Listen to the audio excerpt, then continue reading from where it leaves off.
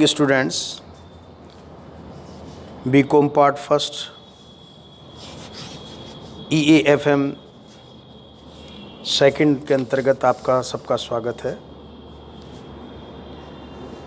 विद्यार्थियों, जैसा कि आप जानते हैं, बैंक का अपना महत्व है हमारी अर्थव्यवस्था में। किसी भी अर्थव्यवस्था में बैंकों का अपना महत्व होता है। उसी श्रृंखला में आज हम चर्चा करेंगे बैंक का अर्थ क्या है, परिभाषा क्या है और उसके प्रमुख कार्य क्या है। बैंक का तात्पर्य उस संस्था से है जो जनता से जमा के रूप में रुपया प्राप्त करती है और ऋण के रूप में या जमाकर्ताओं की मांग पर रुपया देती है। इस प्रकार बैंक वे संस्थाएं हैं जो धन का लेन देन करती है। बैंकों के विभिन्न आधारों पर कई परिभाषाएं दी गई है, जैसे कि शब्दकोशों में दी गई परिभाषा वेबस्टर शब्दकोश के अनुसार इसको परिभाषित किया गया है। बैंक वह संस्था है जो मुद्रा में व्यवसाय करती है। यह एक प्रतिष्ठान है जहां धन का जमा, संरक्षण तथा निर्गमन होता है तथा जहां ऋण देने एवं कटौती की सुविधाएं प्रदान की जाती है और एक स्थान से दूसरे स्थान पर धनराशि भेजने की व्यवस्था की जाती है। इसी तरह से विभिन्न राष्ट्रों के विधानों में दी गई परिभाषाएं हैं। उनमें भारतीय बैंकिंग नियमन अधिनियम 1949 के अंतर्गत भी इसे परिभाषित किया गया है। बैंकिंग कंपनी वह है जो बैंकिंग का व्यवसाय करे। इसी तरह से विभिन्न विद्वानों द्वारा दी गई परिभाषाएं हैं। उसमें प्रोफेसर किनले ने इसको स्पष्ट किया है, बैंक एक ऐसी संस्था है जो ऋण की सुरक्षा को ध्यान में रखते हुए ऐसे व्यक्तियों जिन्हें उसकी आवश्यकता है मुद्रा उधार देती है और जो व्यक्तियों की फालतू मुद्रा अपने पास जमा हेतु लेती है। इस तरह से प्रोफेसर हार्ट और प्रोफेसर शेयर्स, प्रोफेसर क्राउथर ने भी इसको स्पष्ट किया। बैंकर अपने व अन्य लोगों के ऋणों का व्यवसायी होता है। Professor Findlay Siraj, John Paget, Gilbert, सभी विद्वानों ने इसको अपने अपने हिसाब से परिभाषित किया गया है। लेकिन निष्कर्ष जो आता है वो यही है कि बैंक एक ऐसी संस्था है जो अपने ग्राहकों के लिए मुद्रा एवं साख का लेन देन करती है। आधुनिक बैंकों के कार्य क्या है? देखिए, आधुनिक बैंक के जो कार्य हैं, यहाँ आधुनिक बैंकों का संकुचित अर्थ में प्रयोग किया गया है। इनका तात्पर्य व्यापारिक बैंकों से है।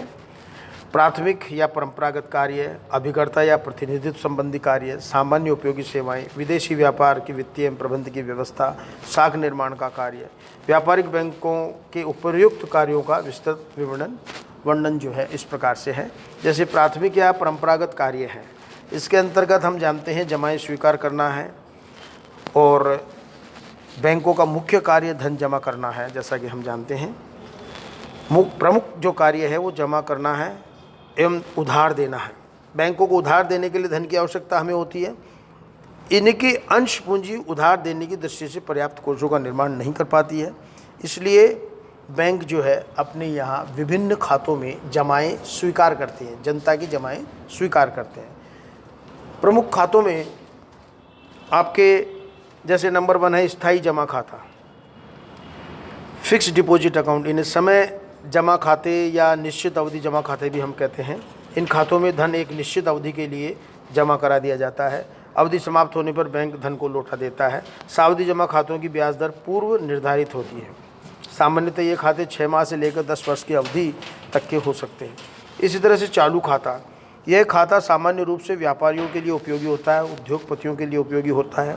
इस खाते में ग्राहकों को कितनी बार व कितनी भी मात्रा में धन जमा करवाने और निकलवाने की सुविधा होती है। इस पर ब्याज जो है न के बराबर दिया जाता है, बल्कि कई बैंक तो जो है चालू खाते के संचालन के लिए शुल्क भी वसूल करते हैं।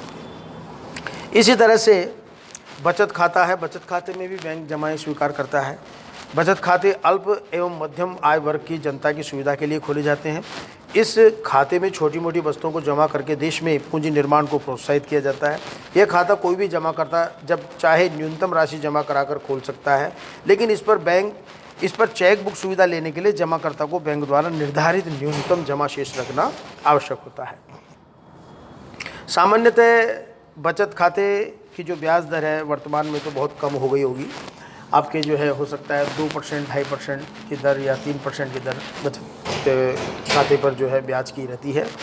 इसी तरह से गृह बचत खाता है। गृह बचत खाता बहुत कम बचत करने वाले व्यक्तियों के लिए उपयुक्त होता है। इसके अंतर्गत बैंक अपने ग्राहक को एक गुल्लक या तिजोरी देता है और ग्राहक यह गुल्लक अपने घर ले जाता है और इसमें अपनी बचत एकत्रित करता है। जब गुल्लक भर जाती है तो वह बैंक में ले जाकर जमा राशि अपने खाते में जमा करवा देता है।